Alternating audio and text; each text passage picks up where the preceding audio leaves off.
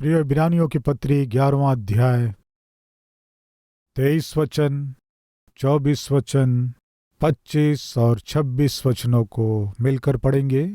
विश्वास ही से मूसा के माता पिता ने उसको उत्पन्न होने के बाद 3 महीने तक छिपा रखा, क्योंकि उन्होंने देखा कि बालक सुंदर है और वे राजा की आज्ञा से ना डरे।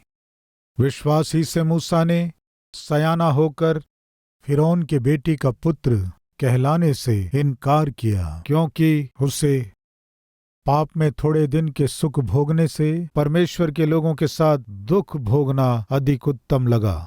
उसने मसीह के कारण निंदित होने को मिस्र के भंडार से बड़ा धन समझा, क्योंकि उसकी आंखें फल पाने की ओर लगी थी। कुछ मुख्य विषयों को आज हम सीखने जा रहे हैं।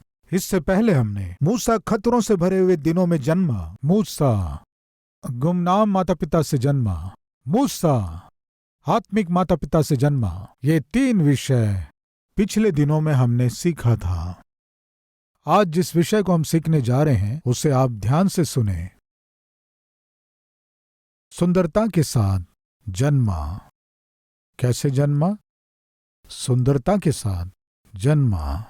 अद्भुत रूप से बचाया गया। सारी विद्याओं को वह सीखा। आज ये 3 विषय मैं आपसे बांटने जा रहा हूं। इन 3 विषयों को जानने से पहले आप जान लें, जब आप परमेश्वर के लिए ईमानदारी के साथ, खराई के साथ और आत्मिकता के साथ जीते हैं तो आपने जो चाहा है उसे परमेश्वर नहीं देने से परमेश्वर की उपासना करेंगे। जो आपने मांगा उसे परमेश्वर नहीं देने से उस परमेश्वर की उपासना करेंगे। आपने जो चाहा वो नौकरी आपको नहीं मिलने से उस परमेश्वर के प्रति विश्वास के साथ आगे बढ़ेंगे क्या? आपने जो वीजा चाहा वो नहीं मिलने से, आपने जो चाहा वो कॉन्ट्रैक्ट नहीं मिलने से, आपने जो रिश्ता चाहा वो नहीं जमने से, आपने जो चाहा वो लोन यदि आपके हाथ में नहीं मिल पाने से, प्रार्थना करने पर भी, परमेश्वर के प्रति विश्वास योग्य होने पर भी, खरे होने पर भी, दशवांश देने पर भी आपने जो आशा किया वो आपको नहीं मिलने से परमेश्वर की उपासना करना आपसे संभव है क्या? या फिर आप परमेश्वर से रूठ जाएंगे, या परमेश्वर के प्रति थोड़ा बहुत आप रूठे रहेंगे। कैसा परमेश्वर है? प्रार्थना कर रहे हैं, वचन पढ़ रहे हैं, आत्मिक रूप से जी रहे हैं, फिर भी जो मांग रहा हूं क्यों नहीं दे रहे हैं? मैंने जो आशा किया उससे मुझे क्यों नहीं दे रहे हैं? क्यों मुझ पर ध्यान नहीं दे रहे हैं? लोगों के बीच में अपमानित हो गया हूं। मैंने सबको बताया परमेश्वर निश्चय ये नौकरी मुझे देंगे। कहां मिली नौकरी? मैंने सबको बताया इस बार मुझे प्रमोशन मिलेगा, लेकिन कहां मिला प्रमोशन? मैं सबको बताई इस बार मेरा बेटा ही होगा। कहां है बेटा? फिर बेटी ही हुई है।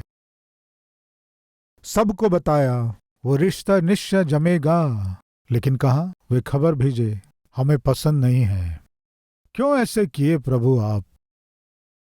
आप पर विश्वास किया, भरोसा किया, आशा किया, मैं प्रार्थना किया, उपवास भी रहा, फिर भी आप मुझे क्यों हताश और निराश कर दिए? आप जैसे परमेश्वर पर विश्वास करके मैं क्या करूं? कैसे सिर उठाकर घूम सकता हूं मैं? कैसे मैं अपने रिश्तेदारों का सामना कर सकता हूं? कैसे मैं अपने मित्रों का सामना कर सकता हूं? क्या मुंह लेके मैं अपने ऑफिस जाऊं? आज हमारे बीच कोई है क्या?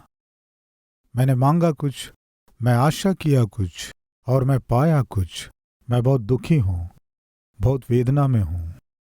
प्रार्थना करने का मन नहीं कर रहा है, चर्च जाने का मन नहीं कर रहा है, वचन सुनने का मन नहीं कर रहा, वचन पढ़ने का मन नहीं कर रहा है। पता नहीं, एक तरह की निराशा, आत्मिक जीवन में निराशा मुझ पर छाई हुई है। ऐसी स्थिति में हमारे बीच कोई है क्या? तो फिर सुनिए प्रियो, वे बहुत निर्धन थे। कठिन परिश्रम के बाद भी एक वक्त की रोटी नहीं कमा पाते थे। धन संपत्ति कुछ नहीं थी, कोई स्थिर संपत्ति भी नहीं थी, कोई नौकरी भी नहीं थी। एक एक दिन कैसे बीतेगा नहीं पता। इसका कारण जानते हैं? वे नौकरी करने वाले नहीं थे, वे कोई व्यापारी नहीं थे। 10 एकड़, 20 एकड़ या 50 एकड़ खेत है ऐसा भी नहीं था। कोई सरकारी नौकरी करने वाले भी वे नहीं थे। प्राइवेट कंपनी में काम करते हुए महीने में इतना मिलता है, भरोसे के साथ कहने वाले भी नहीं थे। तो फिर कौन है वे? गुलाम, केवल गुलाम। भयानक गुलामी में दुख उठा रहे थे। हाथ में फूटी कौड़ी नहीं थी, आर्थिक रूप से कमजोर थे, जिनके पास भरपेट भोजन नहीं था। बेसहारा होकर उस देश में गुलामी में दुख उठा रहे थे, फिर भी परमेश्वर के प्रति भय और भक्ति को प्रकट किए। प्रियो, आप ये ना कहें कि मैं गरीब हूं, मेरे पास नौकरी नहीं है, मेरे पास कोई धन दौलत संपत्ति नहीं है। परमेश्वर यदि एक नौकरी देंगे तो मैं और भी आत्मिक रूप से बढ़ूंगा, और थोड़ा पेट भर भोजन मिलने से मैं और आत्मिक रूप से बढ़ूंगा। मैं अभी साइकिल में जा रहा हूं, परमेश्वर मुझे बाइक देने से मैं और थोड़ा आत्मिक रहूंगा।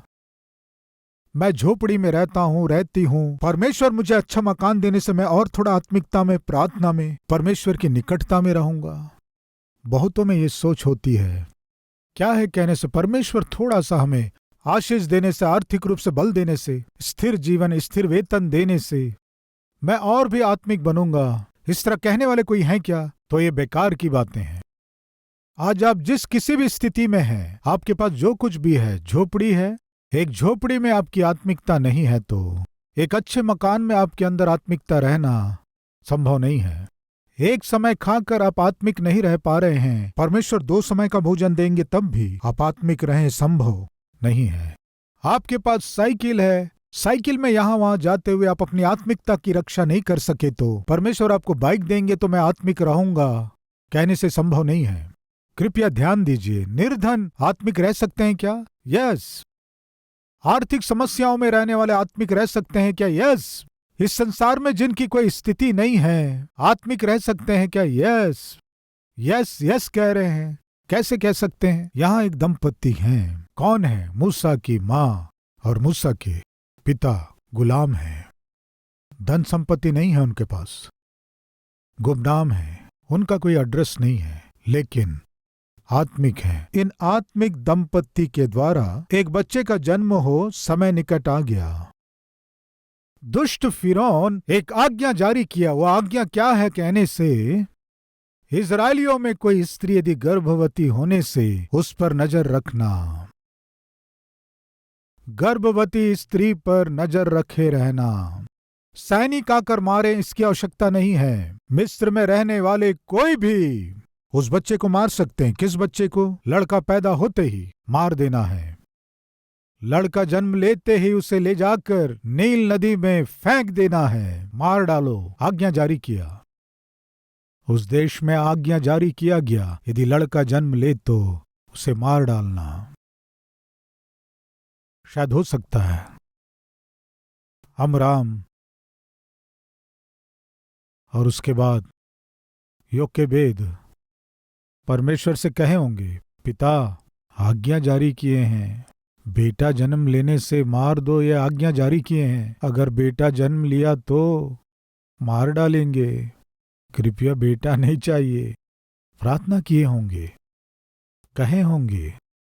बहुत सी बहनें प्रार्थना करती हैं, पिता लड़की का जन्म होने से मुझे मार देंगे, जीने नहीं देंगे, जीते जी मार देंगे, लड़की नहीं चाहिए, लड़की नहीं चाहिए। प्रार्थना करने वाले बहुत से लोग होंगे।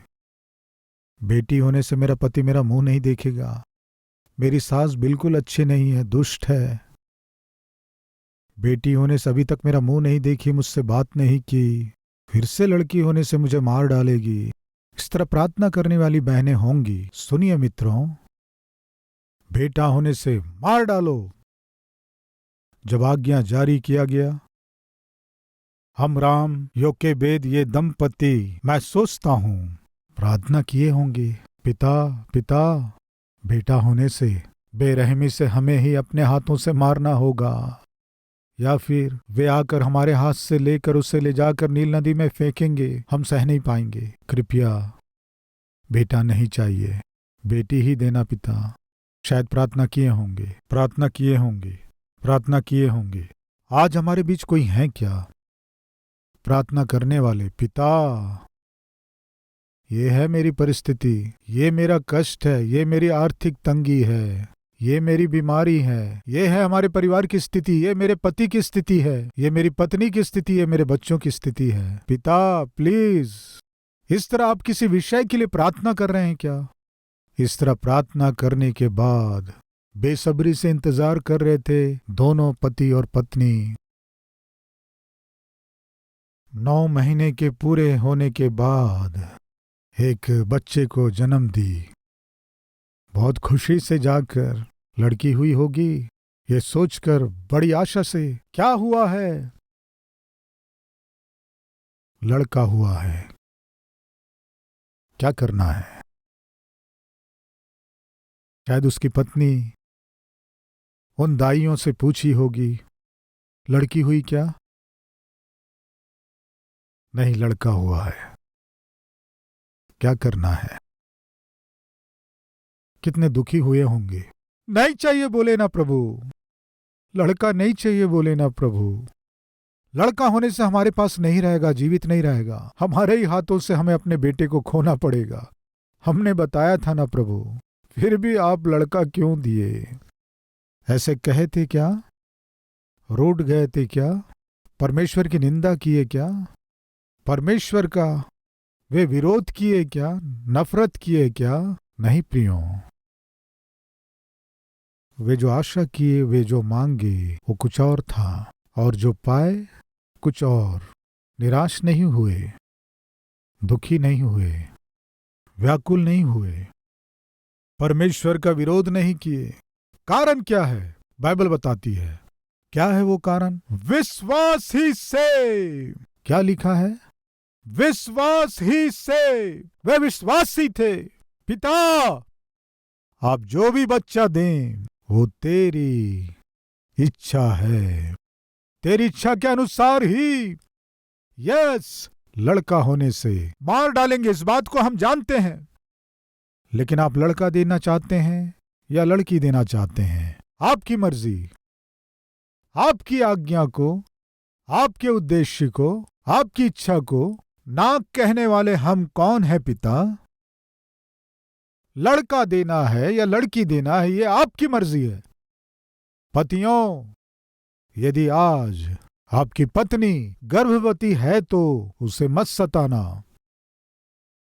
लड़का जन्म देना है या लड़की जन्म देना है, आपकी पत्नी के हाथ में नहीं है, तुम्हारे हाथ में है। तो बताओ, आपकी पत्नी से कहो, तुम्हें चिंता करने की आवश्यकता नहीं है, मैं ऊपर से उतर कर आया हूं, इसलिए मैं बेटे को ही जन्म दूंगा। हो सके तो बोलो। सासों, हो सके तो अपनी बहुओं से कहो, हमारा वंश बहुत स्पेशल है, हमारे वंश में सब लड़के को ही जन्म देते हैं।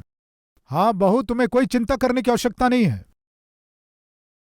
हम केवल लड़कों को ही जन्म देते आए हैं। हो सके तो बोलो, ये तुमसे नहीं होगा। लेकिन 9 महीने उठाकर बच्चे को जन्म देने वाली उस स्त्री से, उस बहू से या उस पत्नी से ये कहना कि बेटा ही चाहिए, आपकी मूर्खता है। ये कहना कि बेटा ही चाहिए, आपकी मूर्खता है। ये कहना कि बेटा ही चाहिए, नहीं तो घर में आने नहीं देंगे, ये आपका पागलपन है। लड़की हो या लड़का हो, तोहफे के रूप में देने वाला वो स्वर्ग में रहने वाला परमेश्वर है। बाइबल बताती है गर्भ का फल परमेश्वर की ओर से प्रतिफल है। लड़की देना है या लड़का देना है, ये निर्णय करने वाला परमेश्वर है। लड़के को ही जन्म देना है, इस तरह कहने से आप इनडायरेक्ट परमेश्वर को आज्ञा दे रहे हैं। समझ में आ रहा है? हेलो, ऊपर बैठे हो, समझ में आ रहा है? बेटी दोगे तो ठीक नहीं होगा, बेटा ही देना। रुक जाओ, तुम्हें बताता हूं, तीनों लड़कियां ही दूंगा तुम्हें, सही हो जाएगा। आप परमेश्वर के विरोध में काम करेंगे तो आप कभी भी अपने जीवन में खुश हो सकें, ये संभव नहीं होगा। परमेश्वर को आज्ञा देने की कोशिश ना करें, कोई भी पति हो, कोई भी सास हो, बहू को सताते हुए कहते हैं तुम्हें ऐसा ही करना है, बेटे को ही जन्म देना, पोते को ही जन्म देना है। अगर इस तरह आप आज्ञा दे रहे हैं तो उस स्त्री को नहीं, प्रतिफल देने वाले परमेश्वर को आज्ञा देकर शांति से जी सके इस धरती में कोई नहीं है। उस दिन वो मां और वो पिता बेटा हुआ है कहने से परमेश्वर से रूठे नहीं। बाइबल में सुंदर बात है, देखेंगे, आइए। पढ़ रहा हूं 23वां वचन। विश्वास ही से मूसा के माता पिता ने उसको उत्पन्न होने के बाद 3 महीने तक छिपा रखा, क्योंकि उन्होंने देखा कि बालक सुंदर है और वे राजा की आज्ञा से न डरे। विश्वास ही से बेटा जन्मा है, विश्वास ही से राजा की आज्ञा से न डर कर। इसका अर्थ क्या है? बालक होगा तो क्या होगा? ऑलरेडी लड़की हो चुकी है, फिर से लड़की होगी तो पाल सकता हूं क्या? फिर से लड़की होने से दहेज देकर शादी करा सकेंगे क्या? फिर से लड़की पैदा होगी तो उसके भविष्य को हम देख पाएंगे क्या? 2 लड़कियां हो चुकी हैं, फिर से पत्नी गर्भ से है। प्रश्न ये है, फिर से लड़की होगी तो? तरह तरह के डर हैं क्या आज हमारे बीच किसी को? ऑलरेडी 2 लड़कियां हो चुकी हैं, फिर से मेरी पत्नी गर्भ से है जी, पता नहीं, बहुत डर लग रहा है। क्यों डर? फिर से लड़की होगी तो? क्यों, लड़की होने से क्या डर है? अच्छे हैं भाई आप, आपको क्या पता लड़की होने से? आपके तो 2 लड़के हैं, आपको कोई डर नहीं है। सामान्यता जब बच्चे होते हैं कुछ कोड होते हैं। क्यों भाई, प्लस है या माइनस है? क्या कहते हैं? लड़का है या लड़की? ऐसा नहीं, क्या है? प्लस है या माइनस है? प्लस कहने से लाने वाला, माइनस कहने से ले जाने वाली। लड़की क्या करती है? संपत्ति में से कुछ ले जाती है। लड़का क्या करता है? किसी और के मेहनत की कमाई को यह मुफ्त में ले आता है। उतना ही है ना? बहनें, आपको एक बात मालूम है? कृपया सुनिए। भाइयों, आप भी ध्यान से सुने। जिनकी शादी होनी है वो भाई, जिनकी शादी होनी है बहनें, आप भी सुनिए। प्लस माइनस है। असली बात बताता हूं, सुने। जब शादी का रिश्ता जोड़ते हैं, सौदेबाजी होती है। क्या है वो सौदेबाजी? पिछली बार एक रिश्ता आया था, वे 1 करोड़ बोले। 1 करोड़ कहने से हम नहीं होगा, क्योंकि आपसे पहले जो आए 1.5 करोड़ देंगे बोले। यदि आप 2 करोड़ देंगे तो? क्यों 2 करोड़ देना है जी? ये भैंसा थोड़ा तगड़ा है। हमारा भैंस तगड़ा है। इसमें क्या विशेषता है? ये फौरन घूम के आया है। ये 3 साल फौरन में घूम के आया है। ये जो खाता है फौरन का खाना खाता है, फौरन का खाना देके पाल रहे हैं। इस भैंस का कीमत 2 करोड़ है। अभी मेरा प्रश्न है, आप बताइए, बेचने वाला महान है या खरीदने वाला महान है? बहनें, आप महान हैं। अभी हमारे विषय में क्या है? हमारे भैंसे की कीमत 2 करोड़ है। इससे पहले वाले 1.5 करोड़ देंगे बोले थे। ठीक है, आप लोग ऐसा करो, कम से कम 1 करोड़ 75 लाख में इस भैंस को ले जाओ। प्रिय, एक बार सोचिए, शर्म नहीं है? बच्चों को बेचेंगे, बाजार में रख के बेचते हैं, ऐसा बेचेंगे? मेरे बेटे की कीमत मत बेचिए, बेटों को मत बेचिए। कृपया पिताओं, अपने मूल्यों की रक्षा करें। कल के दिन आपके बेटे को 1 करोड़ में बेचे समझो। बहनें, 1 करोड़ में यदि आप उनको खरीदे समझो। सुबह उठकर बुलाकर, हेलो, कॉफी लेकर आओ। मैं भी यही कहूंगी सोची। क्या कहूंगी सोची? कॉफी अभी तक क्यों नहीं लेकर आई, कहूंगी सोची। क्या कह रही हो? चिल्लाओ मत, जाके कॉफी लेकर आओ। मैं पति हूं, मैं तुम्हें खरीदी हूं। क्या खरीदी हो?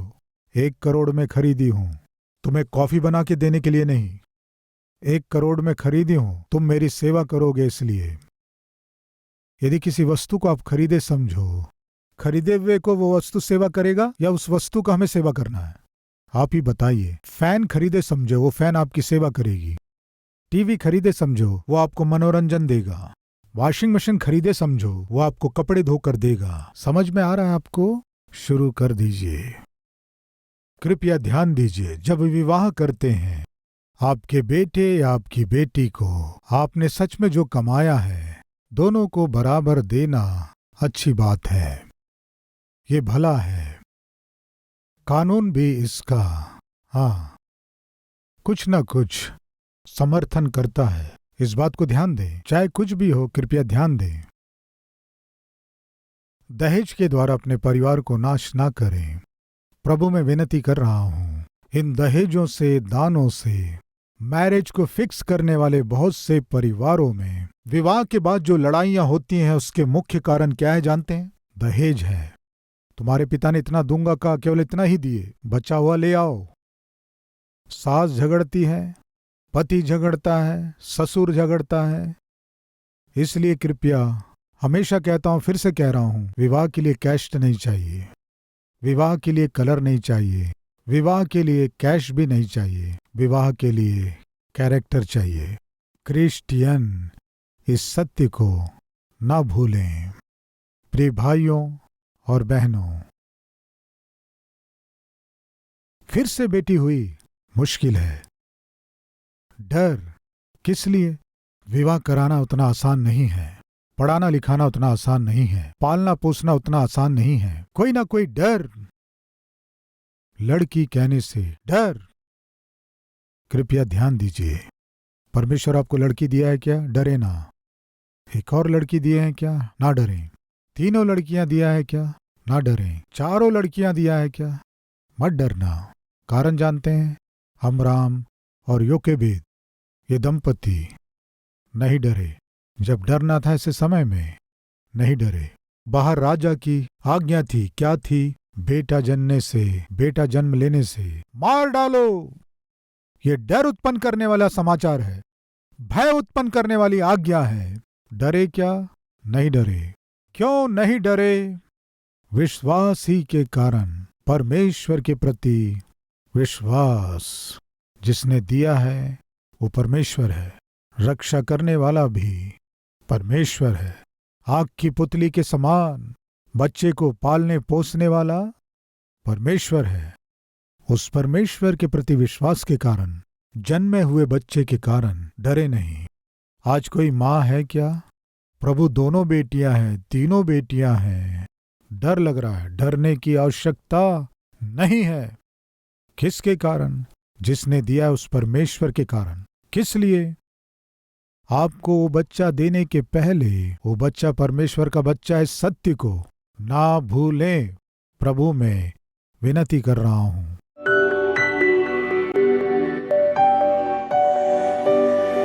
महान पवित्र परमेश्वर, गर्भ का फल तेरी ओर से प्रतिफल है। लड़की हो या लड़का हो, दिए गए प्रतिफल को पिता हमें बहुत ध्यान से पालना पोसना है।